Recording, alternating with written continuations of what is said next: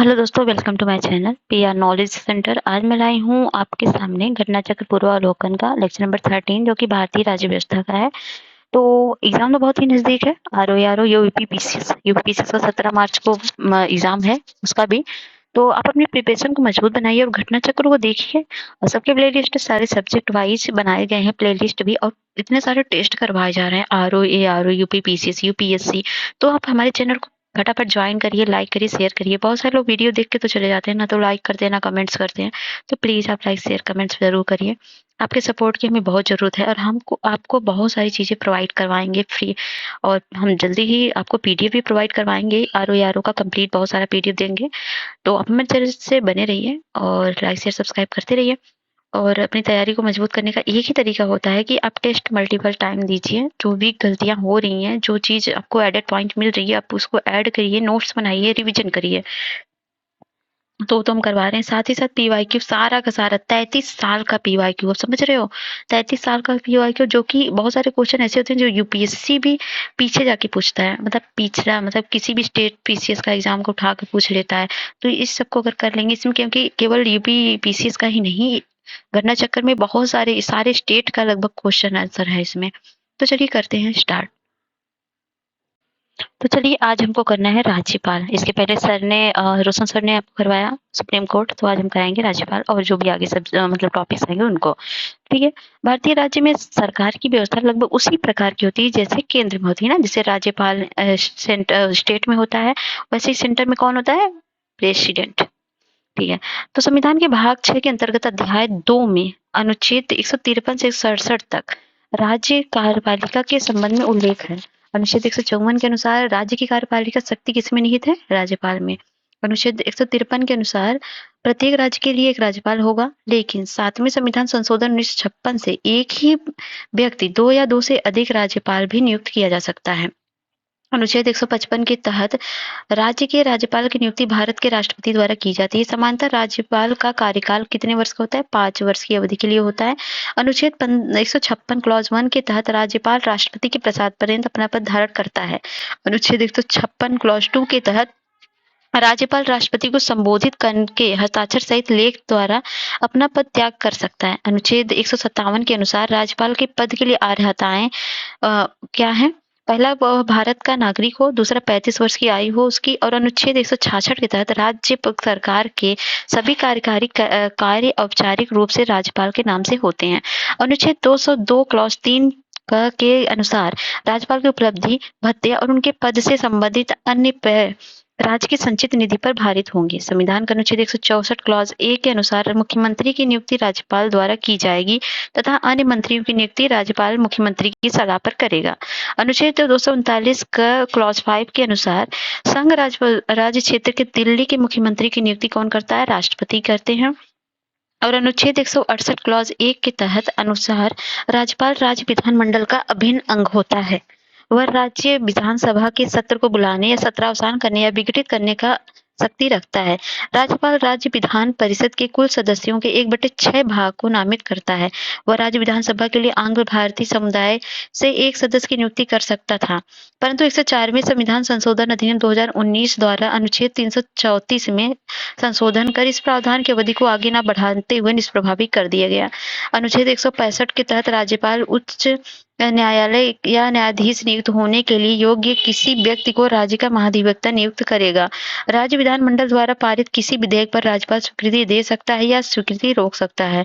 यह विधेयक को राष्ट्रपति के विचार के लिए आरक्षित कर सकता है। साथ ही विधेयक को पुनर्विचार के लिए वापस लौटा सकता है, परंतु राज्य विधानसभा द्वारा भेजे जाने पर राज्यपाल को उस पर अपनी स्वीकृति देनी होती है। अनुच्छेद 201 के अनुसार जब कोई विधेयक राज्यपाल द्वारा राष्ट्रपति के विचारार्थ आरक्षित होता है, तब राष्ट्रपति घोषित करेगा कि वो विधेयक अनुमति देता है या अनुमति रोक लेता है। 213 के अनुसार राज्य विधानमंडल का सत्र न चल रहा हो तो राज्यपाल क्या अध्यादेश जारी कर सकता है? और आप बताएंगे प्रेसिडेंट कौन से आर्टिकल के तहत अध्यादेश जारी करता है? मैंने आपको बताया था। चलिए क्वेश्चन करेंगे। संविधान के मसौदे के निर्वाचित राज्यपालों के प्रावधानों की मूल योजना को छोड़ दिया गया था, क्योंकि इसका तात्पर्य होता है कि एक दूसरा निर्वाचन, और निर्वाचन प्रमुख राजनीतिक मुद्दों पर लड़ा जाता है। और तीसरा है निर्वाचित राज्यपाल अपने को मुख्यमंत्री से बड़ा मानता है। राज्यपाल को संसदीय प्रणाली के अधीन ही कार्य करना था। तो ये जो है पहला, दूसरा पहला दूसरा नहीं होगा, और पहला, तीसरा, चौथा ये सही होगा। ये क्वेश्चन कितनी बार पूछा है आप देखते जाइए। ठीक है।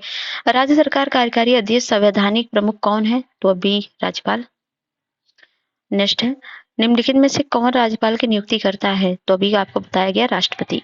किस राज्य का राज्यपाल नियुक्त किया जाता है? तो किसी राज्य का राज्यपाल नियुक्त किसके द्वारा किया जाता है? राष्ट्रपति द्वारा। किसी राज्य में राज्यपाल की नियुक्ति संविधान के अनुच्छेद कौन सा है? तो वह है अनुच्छेद 155। भारत के लिए के एक राज्य के राज्यपाल संबंधी निम्न कथनों पर विचार कीजिए। उसे जन्म से भारत का नागरिक होना चाहिए, और ये तो बात नहीं है। आयु उसकी 35 वर्ष होनी चाहिए, ये बात सत्य है। और इसमें लोकसभा सदस्य होने की योग्यता होनी चाहिए, ये गलत है। और वह एक से अधिक राज्यों का राज्यपाल रह चुका राज्यपाल हो सकता है, ये बात सही है। 2, 4 सही है। नेक्स्ट है, भारतीय संविधान में निम्नलिखित में से कौन सा एक अनुच्छेद भारत के राज्य के राज्यपाल के रूप में एक व्यक्ति की नियुक्ति के लिए योग्यता निर्धारित करता है? तो वह अनुच्छेद 157। तो ठीक है, निम्नलिखित विचार पर विचार कीजिए और नीचे दिए गए कोटों का प्रयोग करते हुए सही उत्तर का चुनाव कीजिए। पहला है, राज्यपाल अपना पद ग्रहण करने से पूर्व शपथ लेगा या प्रतिज्ञान करेगा। दूसरा, शपथ या प्रतिज्ञान का प्रारूप भारतीय संविधान की तीसरी अनुसूची में है। राज्यपाल उच्च न्यायालय के मुख्य न्यायमूर्ति या उनकी अनुपस्थिति में ज्येष्ठ न्यायाधीश के समक्ष शपथ का प्रतिज्ञान करेगा।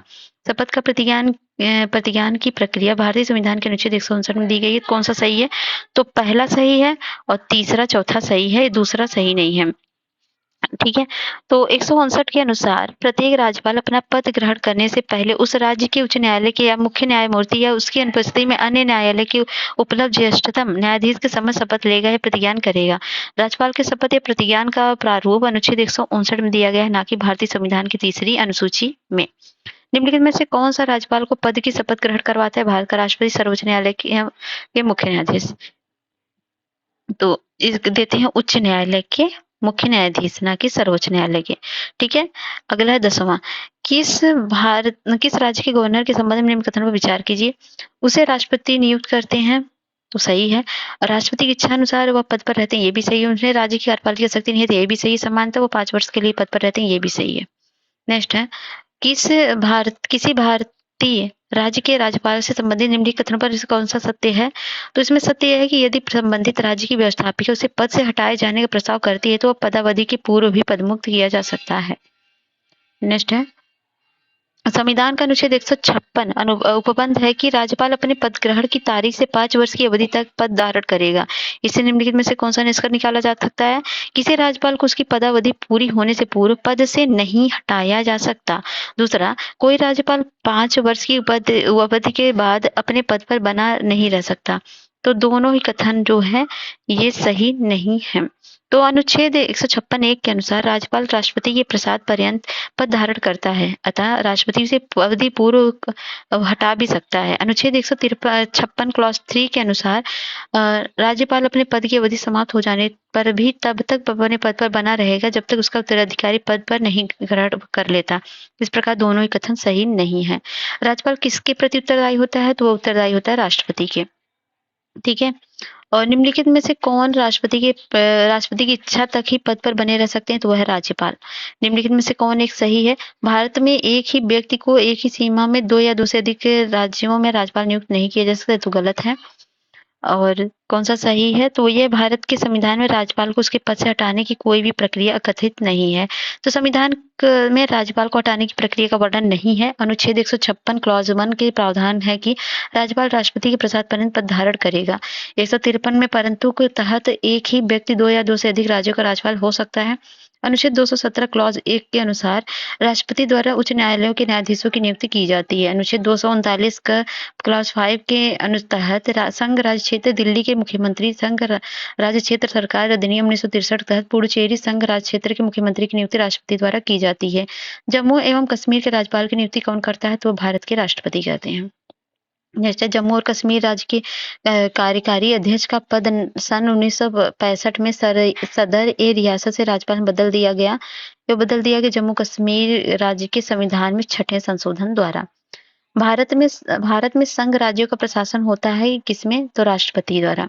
तो संविधान के अनुच्छेद 239 क्लॉज 1 के अनुसार संसद द्वारा बनाई गई विधि या था अन्यथा उपबंधित के सिवाय प्रत्येक संघ राज्य क्षेत्र का प्रशासन राष्ट्रपति द्वारा किया जाएगा। वह अपने द्वारा ऐसे पदाभिधान सहित जो वह विनिर्दिष्ट करे नियुक्त किए गए प्रशासक के माध्यम से कार्य करेगा। नवसृजित केंद्र शासित प्रदेश जम्मू कश्मीर का प्रथम उपराज्यपाल निम्न में से कौन सा था? तो गिरीश चंद्र मुर्मू थे। केंद्र शासित प्रदेश लद्दाख का प्रथम लेफ्टिनेंट गवर्नर किसे नियुक्त किया गया? तो वह राधाकृष्ण माथुर को। संघ राज्य क्षेत्र लद्दाख के प्रथम लेफ्टिनेंट गवर्नर के रूप में 31 अक्टूबर 2019 को मुख्य सूचना आयुक्त राधाकृष्ण माथुर को नियुक्त किया गया था। वर्तमान में लद्दाख के लेफ्टिनेंट गवर्नर बी.डी. मिश्रा हैं। ठीक है, नेक्स्ट है राज्यपाल के वेतन और भत्ते दिए जाते हैं कहाँ से? तो कॉन्सुलेटेड फंड ऑफ द स्टेट से। ये आर्टिकल किसमें दिया है? 202 क्लॉज 3 क्लॉज 1 में, सब क्लॉज 1 में। और जब एक ही व्यक्ति को 2 या 2 से अधिक राज्यों का राज्यपाल नियुक्त किया जाता है तो उस राज्यपाल को संदेह उपलब्धियां भत्ते होंगे तो इसे उन राज्यों के बीच ऐसे अनुपात में आवंटित किया जाएगा जैसा राष्ट्रपति आदेश द्वारा अवधारित करें।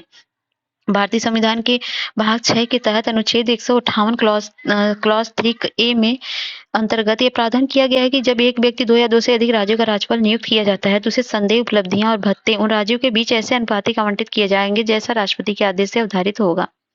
तो निम्नलिखित में से कौन से किसी राज्य के राज्यपाल को दी गई विवेकाधीन शक्तियां हैं? पहला, राष्ट्रपति को भारत के राष्ट्रपति को राष्ट्रपति शासन अधिरोपित करने के लिए रिपोर्ट भेजना, सही है। और मंत्रियों की नियुक्ति करना, ये तो नहीं है। और है राज्य विधानमंडल द्वारा पारित कतिपय विधेयकों को अपने भारत के राष्ट्रपति के विचार के लिए आरक्षित करना, ये भी सही है। राज्य सरकार के कार्य संचालन के लिए नियम बनाना, ये गलत है, तो ऑप्शन हो जाएगा बी। नेक्स्ट है राज्य का राज्यपाल मंत्रिपरिषद के परामर्श से स्वतंत्र कार्य कर सकता है। तो विधान सभा में सरकार को अपना बहुमत सिद्ध करने को कहने के लिए, मुख्यमंत्री को बर्खास्त करने के लिए, भारत के राष्ट्रपति के विचारार्थ किसी विधेयक को आरक्षित करने के लिए, विधायिका द्वारा पारित किसी विधेयक को पुनर्विचार हेतु वापस भेजने के लिए, उच्च न्यायालय का परामर्श मांगने के लिए, तो सभी के लिए। नेक्स्ट क्वेश्चन, भारतीय संविधान के निम्न अनुच्छेदों में से किस एक के अधीन राज्यपाल राष्ट्रपति के विचार के लिए किसी विधेयक को आरक्षित रख सकता है? तो वो है आर्टिकल 200। 200 के अनुसार अनुच्छेद राज्य विधानमंडल के दोनों सदनों से पारित विधेयक राज्यपाल के समक्ष प्रस्तुत किए जाने पर राज्यपाल उस पर अपनी सहमति देने या रोकने के अतिरिक्त विधेयक को राष्ट्रपति के विचारार्थ आरक्षित रख सकता है। अनुच्छेद 201 के अनुसार जब कोई विधेयक राज्यपाल द्वारा राष्ट्रपति के विचारार्थ आरक्षित रख दिया जाता है तब राष्ट्रपति घोषित करेगा कि वो विधेयक पर अनुमति देता है या अनुमति रोक लेता है। 26वां है संविधान के किस अनुच्छेद के अंतर्गत राज्यपाल राष्ट्रपति के अनुमोदन के लिए किसी विधेयक को भेज सकता है? तो वह है अनुच्छेद 200। किसी विधेयक पर संवैधानिक उपबंध के तहत राज्यपाल की सिफारिश अपेक्षित थी किंतु बिना राज्यपाल की सिफारिश उसे राजस्थान विधानसभा में पुनः स्थापित किया गया और उसने पारित करके राज्यपाल को भेज दिया। अब है जहां राज्यपाल अनुमति देता है वहां अधिनियम अविद्यमान नहीं होगा। ठीक है, किसी विधेयक पर संवैधानिक उपबंध के तहत राज्यपाल की सिफारिश अपेक्षित थी किंतु बिना राज्यपाल की सिफारिश उसे राजस्थान विधानसभा में पुनः स्थापित किया गया और उससे पारित करके राज्यपाल को भेज दिया गया था। राज्यपाल अनुमति देता है तो अधिनियम अमान्य होता है।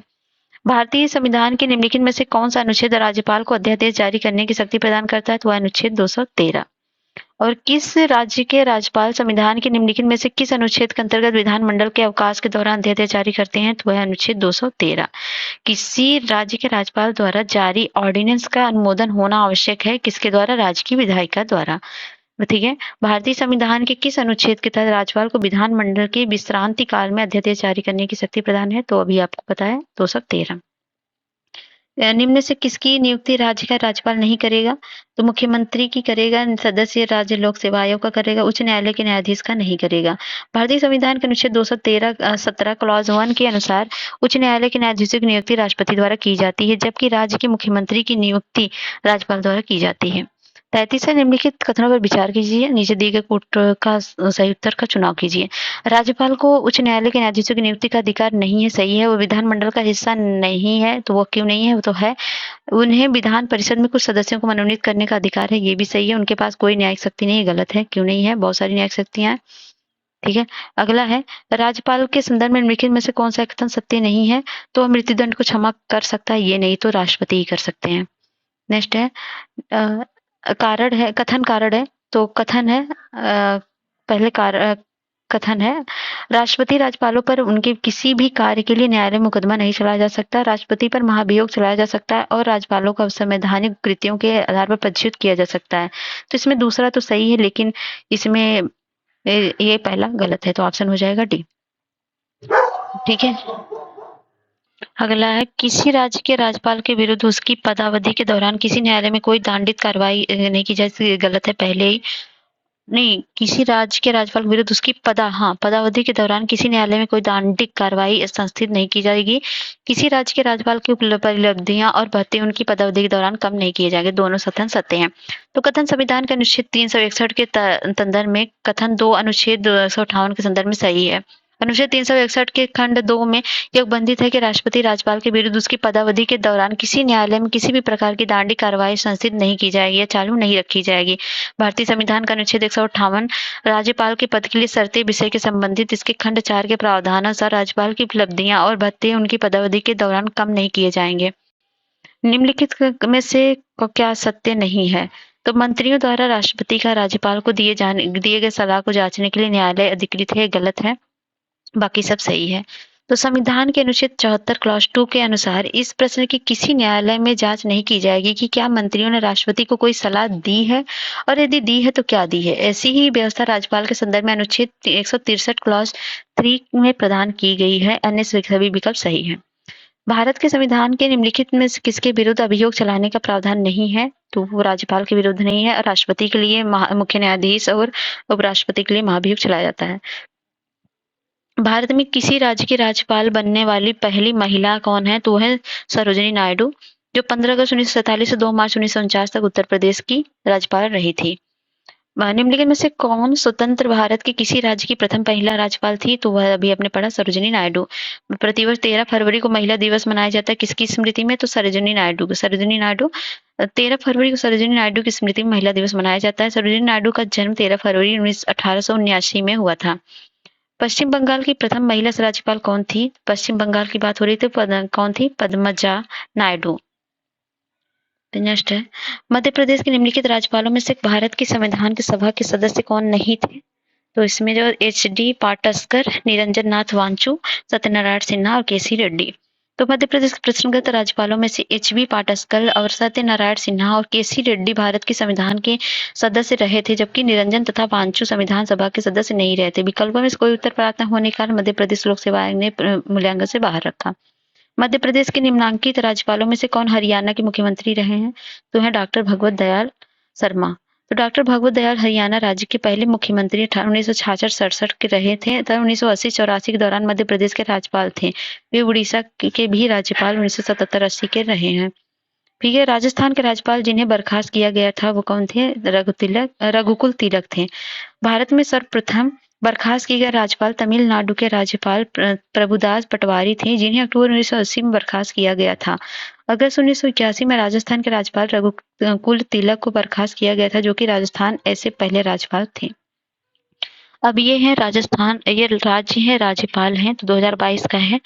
तो राजस्थान के राज्यपाल कौन है? मतलब कौन सा सुमेलित है? कौन सा सुमेलित है? राजस्थान के कलराज मिश्र थे। उत्तर प्रदेश का आनंदीबेन पटेल थे, तो दूसरा भी सही है। तो अगर आपको दूसरा पता होता तो भी आप इस आंसर को लगा सकते थे। फिलहाल आप देख लीजिए। तो डॉक्टर CV आनंद बोस जो है ये कहाँ के हैं? पश्चिम बंगाल के। और गुजरात के राज्यपाल हैं आचार्य देवव्रत, जो 2019 से हैं। उत्तर प्रदेश के राज्य आनंदीबेन पटेल हैं, और राजस्थान के राज्यपाल कलराज मिश्र हैं। तो केवल 1-2 युग्म सही है। तब निम्नलिखित में से किसी एक ने यह सुझाव दिया था कि राज्यपाल को उस राज्य के बाहर एक प्रतिष्ठित व्यक्ति होना चाहिए, और उसे एक ऐसा तटस्थ व्यक्ति होना चाहिए जिसके गहन राजनीतिक जुड़ाव ना हो या उसके हाल के पिछले वर्षों में राजनीति में भाग नहीं लिया हो। तो ये था सरकारिया आयोग 1983 का। सरकारिया आयोग ने अनुशंसा की थी कि राज्यपाल को उस राज्य के बाहर एक प्रतिष्ठित व्यक्ति होना चाहिए, और उसे ऐसा तटस्थ व्यक्ति होना चाहिए जिसके गहन राजनीतिक जुड़ाव ना हो या उसने हाल के पिछले वर्षों में राजनीति में भाग नहीं लिया हो। ध्यातव्य के बदलते हुए सामाजिक आर्थिक परिदृश्यों में केंद्र और राज्यों के मध्य मौजूद व्यवस्थाओं की कार्यप्रणाली की समीक्षा की दृष्टि से भारत सरकार ने 9 जून 1983 को न्यायमूर्ति RS सरकारिया की अध्यक्षता में ने एक आयोग गठित किया था। ठीक है, नेक्स्ट है। अब पढ़ेंगे राज्य विधानमंडल एवं मंत्री परिषद। तो ठीक है, लेजिस्लेटिव असेंबली संविधान के भाग 6 के अंतर्गत अध्याय 3 में अनुच्छेद 168 से 212 तक राज्यों के विधानमंडल के बारे में वर्णन है। 168 के अनुसार राज्य विधानमंडल का गठन विधान परिषद, विधानसभा, राज्यपाल से मिलकर होगा। प्रत्येक राज्य में विधायी कार्यों के संपादन के लिए विधानसभा का प्रावधान किया गया है। अनुच्छेद 170 के अनुसार प्रत्येक राज्य की विधानसभा उस राज्य में प्रादेशिक निर्वाचन क्षेत्रों में प्रत्येक निर्वाचन द्वारा चुने गए अधिक से अधिक 500 और कम से कम 5 सदस्यों से मिलकर बनेगी। अपवाद स्वरूप वर्तमान सिक्किम में 32, मिजोरम में, गोवा में 40 और मिजोरम एवं गोवा में 40 और 60 से कम सदस्यों वाली है। इसके अतिरिक्त पुडुचेरी राज्य क्षेत्र की कितनी है? 30 सदस्य निर्वाचित हैं। 3 सदस्य केंद्र सरकार द्वारा मनोनीत हैं। सबसे बड़ी विधानसभा उत्तर प्रदेश है जिसमें 403 सीटें हैं। तो चलिए क्वेश्चन पे करेंगे हम। भारतीय संविधान के अनुसार राज्यों की विधानसभा में सम्मिलित है, क्या क्या सम्मिलित है?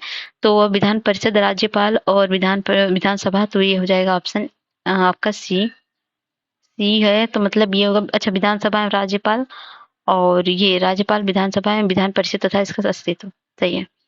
नेक्स्ट है, भारत में राज्यपाल विधान पालिकाओं का उच्च सदन कौन सा है? तो वह विधान पालिका परिषद।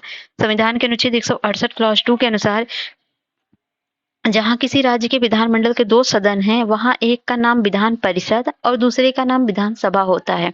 इसमें विधान पालिका परिषद या सदन का या विधानसभा निचला सदन होता है। किस विधान परिषद का प्रावधान भारतीय संविधान के किसी अनुच्छेद में रखा गया है? तो वो रखा गया 171 में। राज्य विधान परिषद का प्रावधान जो है भारतीय संविधान के 171 के अनुच्छेद में रखा गया है। राज्य में दूसरे सदन की स्थापना इसे रद्द करने से संबंधित कौन सी सही विधि है? तो संबंधित राज्य की विधानसभा द्वारा पूर्ण बहुमत से पारित प्रस्ताव और संसद से पारित विधि के द्वारा भंग किया जा सकता है, मतलब खत्म किया जा सकता है, भंग नहीं, खत्म। निम्नलिखित में से किस विधायी सदन को समाप्त किया जा सकता है? तो है विधान परिषद को। भारत के किसी राज्य में विधान परिषद का सृजन अथवा उसकी समाप्ति की जा सकती है। देखिए, समाप्ति की बात है, भंग नहीं किया जा सकता, समाप्त किया जा सकता है। तो यह है राज्य विधानसभा के संबंधित संकल्प पारित करने पर संसद द्वारा। अगला है, भारतीय संविधान के निम्नलिखित में से किस अनुच्छेद के अंतर्गत विधानसभा को विधान परिषद का सृजन करने का प्रस्ताव पास करने की इजाजत मिलती है? तो वह अनुच्छेद 169। भारतीय संविधान के अनुच्छेद किस निम्नलिखित अनुच्छेदों में से किस एक के अंतर्गत विधान परिषद की स्थापना या समाप्ति की व्यवस्था की गई है? तो वह 169। राज्यों में विधान परिषद के सृजन हेतु संविधान के किस अनुच्छेद में वर्णित प्रक्रिया को अपनाया जाता है? तो अनुच्छेद 169। राज्य विधान परिषद के उत्पादन के निम्नलिखित विधानसभा द्वारा संविधान के अनुच्छेद 169 के अंतर्गत स्वीकृति संकल्प के बारे में निम्नलिखित में से कौन सा कथन सही है? तो केंद्र सरकार पर कोई बाध्यता अधिरोपित नहीं करता है कि वह संसद में विधि निर्माण हेतु कार्यवाही करे। राज्य विधान परिषद उत्पादन के लिए राज्य विधानसभा द्वारा संविधान के अनुच्छेद 169 के अंतर्गत स्वीकृति संकल्प केंद्र सरकार पर कोई बाध्यता अधिरोपित नहीं करता कि वह संसद में तत्व संबंधी विधि निर्माण हेतु कार्यवाही करे। निम्नलिखित कथनों पर विचार कीजिए। भारत में किसी राज्य की विधान परिषद आकार में उस राज्य की विधानसभा के अधिक से अधिक बड़ी हो सकती है। दूसरा है, किसी राज्य का राज्यपाल उस राज्य की विधान परिषद के सभापति को नाम निर्देशित करता है। कौन सा कथन सही है? तो दोनों के दोनों गलत है। अनुच्छेद 171 क्लॉज 1 के अनुसार विधान परिषद की सदस्य संख्या उस राज्य की विधानसभा के सदस्यों की कुल संख्या के 1/3 मतलब 1/3 से अधिक नहीं होगी, लेकिन किसी भी दशा में 40 से कम नहीं होगी। अनुच्छेद 182 के अनुसार विधान परिषद के सभापति तथा उपसभापति का निर्वाचन विधान परिषद द्वारा किया जाता है। प्रसंगत दोनों कथन गलत हैं। उत्तर प्रदेश की विधान परिषद में राज्यपाल द्वारा कितने सदस्यों को मनोनीत किया जाता है? तो 1/10। ठीक है। विधान परिषद में मनोनीत सदस्यों की संख्या कितनी होती है? तो उपरोक्त में से कोई नहीं, तो वो होती है 5/6, 1/3, 1/12, 1/12, 1/3, 5/6।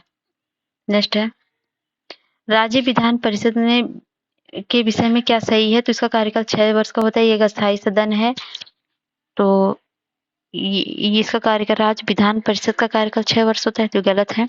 और ये एक अस्थायी सदन है, ये सही है। और ये भंग नहीं है, ये भंग नहीं किया जा सकता, ये भी सही है। और इसमें जो है यह प्रतिवर्ष 1/3 सेवानिवृत्त हो जाते हैं, ये भी सही है। और वो राज्यपाल सदन का सभापति होता है, ये भी सत्य है। तो ऑप्शन हो जाएगा सी।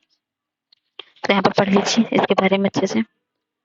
नेक्स्ट है, राज्य विधान परिषद के सदस्य निम्नलिखित में से किस श्रेणी से नहीं चुने जाते हैं? तो उद्योगपति या नहीं होते हैं, स्थानीय निकायों के होते हैं, शिक्षक स्नातक होते हैं। निम्नलिखित में से किसे भंग नहीं किया जा सकता है पर समाप्त किया जा सकता है? तो वह है विधान परिषद। राज्य विधान परिषद के सदस्य का कार्यकाल कितना होता है? तो वह होता है 6 वर्ष का। ठीक है। भारत के निम्नलिखित राज्यों में से किसमें अब तक विधान परिषद नहीं है? तो किसमें नहीं है? तो मध्य प्रदेश में नहीं, बिहार, महाराष्ट्र, कर्नाटक में तो है ही। निम्नलिखित में से किस राज्य में विधायिका का दूसरा सदन नहीं है? तो वह है तमिलनाडु। बाकी उत्तर प्रदेश, बिहार, कर्नाटक ये सब है। निम्न में से किस राज्य में विधान परिषद नहीं है? तो राजस्थान में। निम्नलिखित में से किस राज्य में द्विसदनिक विधायिका नहीं है? MP, UP, Bihar, Karnataka. MP में नहीं है, महाराष्ट्र में, एमपी मध्य प्रदेश में नहीं है। निम्नलिखित राज्यों में से कहाँ विधान परिषद है? तो कहाँ है? तो बिहार में है। बिहार में केवल है इसमें से। वर्ष 1956 में कितने पुनर्गठित राज्यों में द्विसदनीय व्यवस्था है? तो 6 में है। नेक्स्ट है भारतीय संविधान के अनुच्छेद 170 के अनुसार किसी राज्य की विधानसभा के सदस्यों की न्यूनतम तथा अधिकतम संख्या कितनी होती है? तो 60 या 500। तो निम्नलिखित में से कौन सा राज्य अनुच्छेद 170 के उस प्रावधान का अपवाद है जिसमें कहा गया कि राज्य के विधानसभा के गठन में 60 से कम सदस्य नहीं होंगे? तो वह है सिक्किम। सिक्किम में कितने? 30। अगला है भारत के संविधान को बंद में प्रत्येक राज्य की विधानसभा में 450 से अनधिक सदस्यों से मिलकर बनेगी। जो राज्य में प्रादेशिक निर्वाचन क्षेत्रों से प्रत्यक्ष निर्वाचन द्वारा चुने जाएंगे तो 500 की बात हुई थी, ना कि 450 की। कोई व्यक्ति किसी राज्य का विधानसभा में किसी स्थान को भरने के लिए चुने जाने के लिए आरित नहीं होगा यदि उसकी आयु 25 वर्ष से कम हो। तो बिल्कुल सही है ऑप्शन बी। भारत के किसी राज्य की विधानसभा में अधिकतम कितने सदस्य हो सकते हैं? तो 500 हो सकते हैं। भारतीय संविधान के निम्नलिखित अनुच्छेदों में से कौन राज्य की विधानसभाओं के निर्वाचन का प्रावधान प्रस्तुत करता है? तो वह अनुच्छेद 170। विधानसभा के सदस्यों के लिए न्यूनतम आयु क्या है? तो वह है 25 वर्ष। राज्य विधानसभा में आंग्ल भारतीय समुदाय के लिए प्रतिनिधित्व का प्रावधान भारत के संविधान के किस अनुच्छेद के द्वारा किया गया? तो यह अनुच्छेद 333 के द्वारा किया गया था, लेकिन अभी ये खत्म कर दिया गया। अगला है किस राज्य विधानसभा की सर्वाधिक सदस्य संख्या है? तो वह है उत्तर प्रदेश की 403। निम्नलिखित भारतीय राज्यों में से किसकी राज्य विधानसभा में सदस्यों की संख्या अधिक है? तो वह है आपका यहाँ पर उत्तर प्रदेश बाद हिमाचल प्रदेश है। तो अरुणाचल प्रदेश का 60 है, मेघालय का 60 है, मणिपुर का 60 है। विधानसभा के सदस्यों की संख्या हिमाचल प्रदेश के यहाँ पर 68 है। ठीक है। तो गोवा का कितना है? गोवा में 40 है, उत्तराखंड में 70 है, मणिपुर में 62 नहीं 60 है, बाकी उत्तर प्रदेश में 403 है। सही है। जम्मू कश्मीर राज्य के विभाजन के बाद अब किस केंद्र शासित प्रदेश की अपनी कोई विधायिका नहीं है? तो वह है लद्दाख की अपनी कोई विधायिका नहीं है। राज्य विधानसभा के निर्वाचन का संचालन करता है कौन? भारत का निर्वाचन आयोग 324 के अनुसार। निम्नलिखित में से कौन सा एक राज्य के विधानमंडल के किसी सदस्य की निर्भरता से संबंधित किसी प्रश्न का निश्चय करने हेतु अंतिम सत्ता है? तो वह है राज्यपाल। नेक्स्ट है विधानसभा के सदस्यों की निर्भरताओं से संबंधित प्रश्नों पर अंतिम विनिश्चय किसके द्वारा लिया जाता है? तो वह राज्यपाल द्वारा। और यदि किसी राज्य की विधानसभा का अध्यक्ष पद त्यागना चाहे तो वो अपना त्यागपत्र देना चाहिए किसे? उपाध्यक्ष को देता है। संविधान के अनुच्छेद 179 ख के अनुसार विधानसभा अध्यक्ष अपना पद विधानसभा उपाध्यक्ष को संबोधित करके अपने हस्ताक्षर सहित लेख द्वारा त्याग सकेगा तथा उपाध्यक्ष अपना पद अध्यक्ष को संबोधित कर अपने हस्ताक्षर सहित लेख त्याग दे सकेगा। निम्नलिखित कथनों पर विचार कीजिए। विधानसभा की अध्यक्ष यदि विधानसभा का सदस्य नहीं रहता है रहती है तो अपना पद रिक्त कर देगी। जब कभी विधानसभा का विघटन किया जाता है तो अध्यक्ष अपना पद तुरंत रिक्त कर देगी।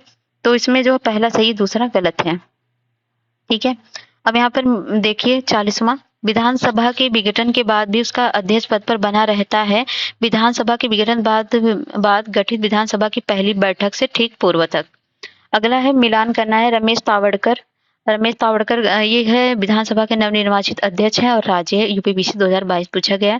तो ये विधानसभा के नवनिर्वाचित अध्यक्ष रामेश पावड़कर कहाँ के हैं? ये गोवा के हैं। और कुलतार सांधवन कहाँ के हैं? पंजाब के। और टी सत्यव्रत मणिपुर के हैं। और रितु खंडारी ये जो है उत्तराखंड की हैं। तो ये सारे ऑप्शन मिले हुए हैं। तो इस तरह के क्वेश्चन भी पूछ लेता है, अब ध्यान में रखिए क्या करना है। निम्नलिखित में से कौन मध्य प्रदेश विधानसभा के सामयिक अध्यक्ष प्रोटेम स्पीकर अध्यक्ष और उपाध्यक्ष के पद पर रहे हैं? तो वह है रामकिशोर शुक्ल। राज्य की विधानसभा के सत्रावसान का आदेश किसके द्वारा दिया जाता है? तो राज्यपाल के द्वारा। और भारत के किस राज्य की विधानसभा के संदर्भ में निम्नलिखित कथनों पर विचार कीजिए। वर्ष के प्रथम सत्र के प्रारंभ में राज्यपाल सदन के सदस्यों के रूढ़िगत संबोधन करता है। जब किसी विशिष्ट विषय पर राज्य विधानमंडल के पास कोई नियम नहीं होता है तो उस समय वह लोकसभा के नियम का पालन करता है। कौन सा? दोनों के दोनों कथन इसमें भी सही है। अगला है, मध्य प्रदेश विधानसभा की कार्रवाई का सही क्रम चुने।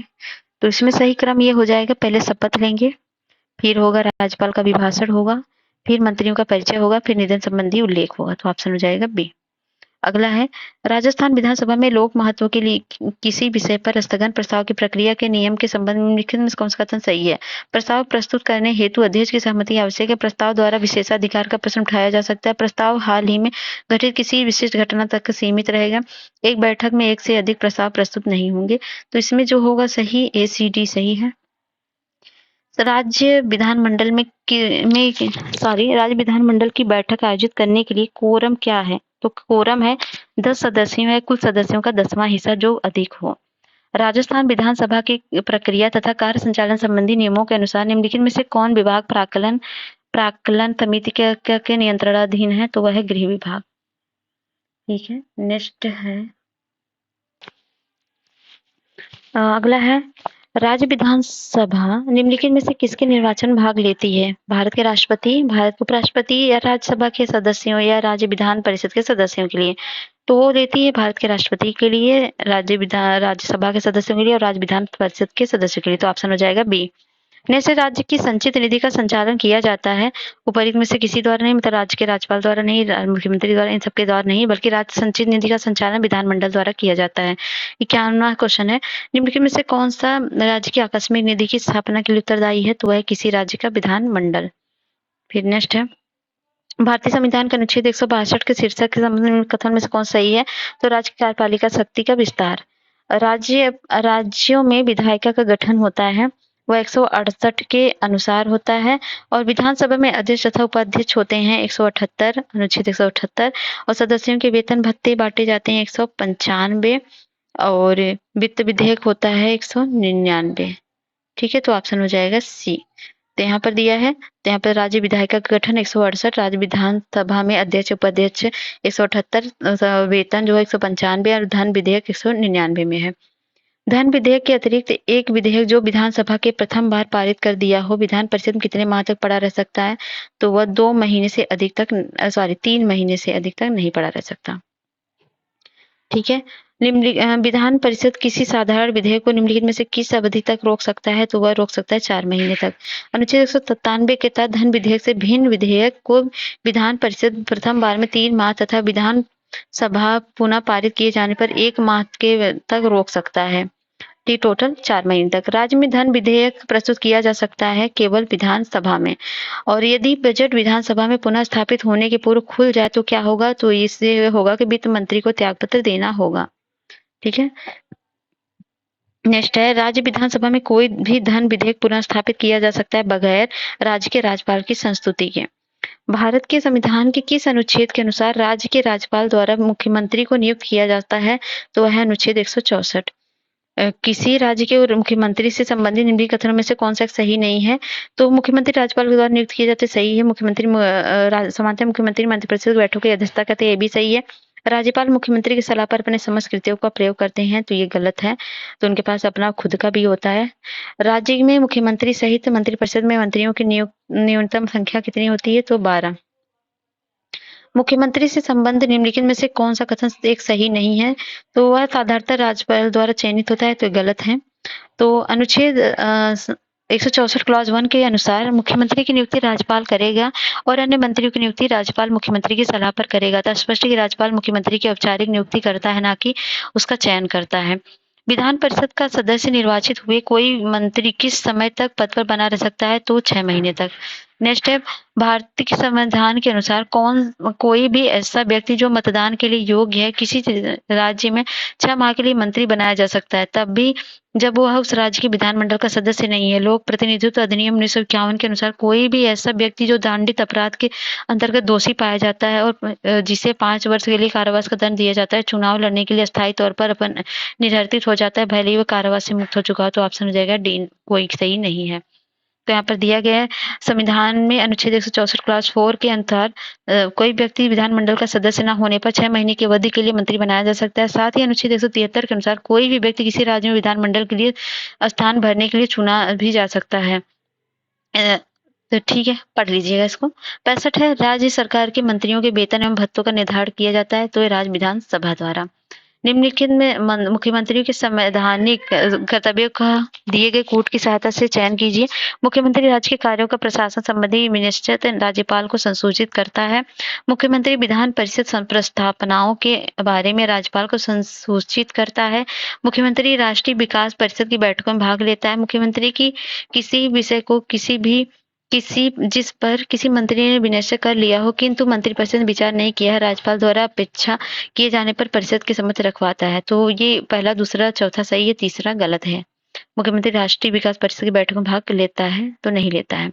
संविधान का कौन सा अनुच्छेद मुख्यमंत्री के दायित्वों को परिभाषित करता है? तो वह है अनुच्छेद 167।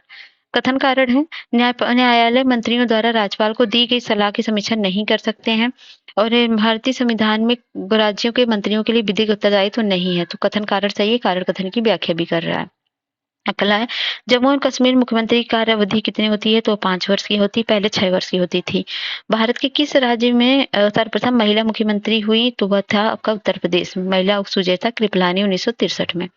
भारत की पहली महिला मुख्यमंत्री कौन सी? सुचेता कृपलानी। मध्य प्रदेश में निम्नलिखित मुख्यमंत्री में से कौन अपने कार्यकाल के दौरान मध्य प्रदेश विधानसभा में सदन के नेता नहीं थे? तो वह है गोविंद नारायण सिंह। 73 है, राज्य शासन के कार्यों की प्रक्रिया के सिद्धांतों का निर्माण करने वाली प्रमुख शक्ति है सचिवालय। अगला है, किसी राज्य के मुख्य सचिव को उस राज्य के राज्यपाल द्वारा नियुक्त किया जाता है। कारण दूसरा है, कारण नहीं है, दूसरा स्टेटमेंट है, राज्य में मुख्य सचिव का नियत कार्यकाल होता है, तो ये दूसरा सही है।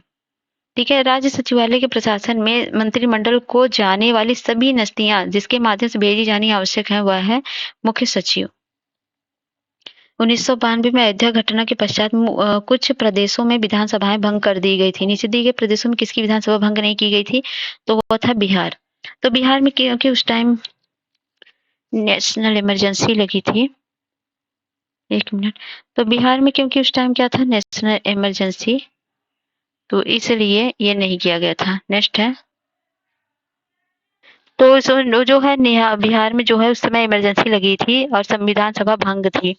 तो अयोध्या घटना के पश्चात भाजपा शासित उत्तर प्रदेश, मध्य प्रदेश, हिमाचल प्रदेश, राजस्थान राज्यों की विधानसभाएं भंग कर दी गई थी, जबकि बिहार विधानसभा भंग नहीं कर दी गई थी। बिहार में 1980 से 1995 तक राष्ट्रपति शासन लगा था। मैं नेशनल इमरजेंसी बोली थी, उसके पहले सॉरी, राष्ट्रपति शासन लगा था। निम्न राज्यों में से किस एक ने मुसलमानों के लिए नौकरी तथा शिक्षा के प्रवेश हेतु आरक्षण प्रस्तावित किया था? तो वह था आंध्र प्रदेश। और भारत में कौन एकमात्र राज्य है जहां सामान्य सिविल कोड लागू है? तो वह है गोवा। अब अगला है उच्च न्यायालय और अधीनस्थ न्यायालय। चलिए नेक्स्ट वीडियो में करवाएंगे सर इसको, तो हम मिलते हैं नेक्स्ट वीडियो में। तब तक के लिए जय हिंद, जय भारत। जाने से पहले हमारे चैनल को लाइक शेयर सब्सक्राइब जरूर करें।